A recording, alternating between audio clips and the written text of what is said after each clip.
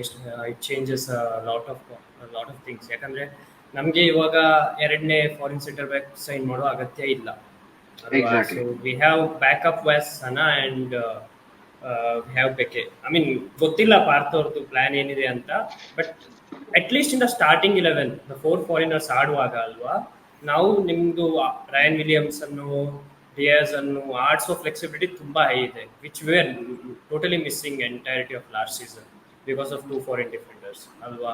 So ನೀವೇನು attacking ಚಾನ್ಸಸ್ಸು ಇವು ಎಲ್ಲ ತುಂಬ ಹೆಚ್ಚಾಗುತ್ತೆ ಈ ಸಲ ನನ್ನ ಪ್ರಕಾರ. If you go with 1 foreign defender, so that's for sure. ಆಮೇಲೆ ಡಯಸ್ ಸೈನಿಂಗ್ ಅಲ್ವಾ. So two things.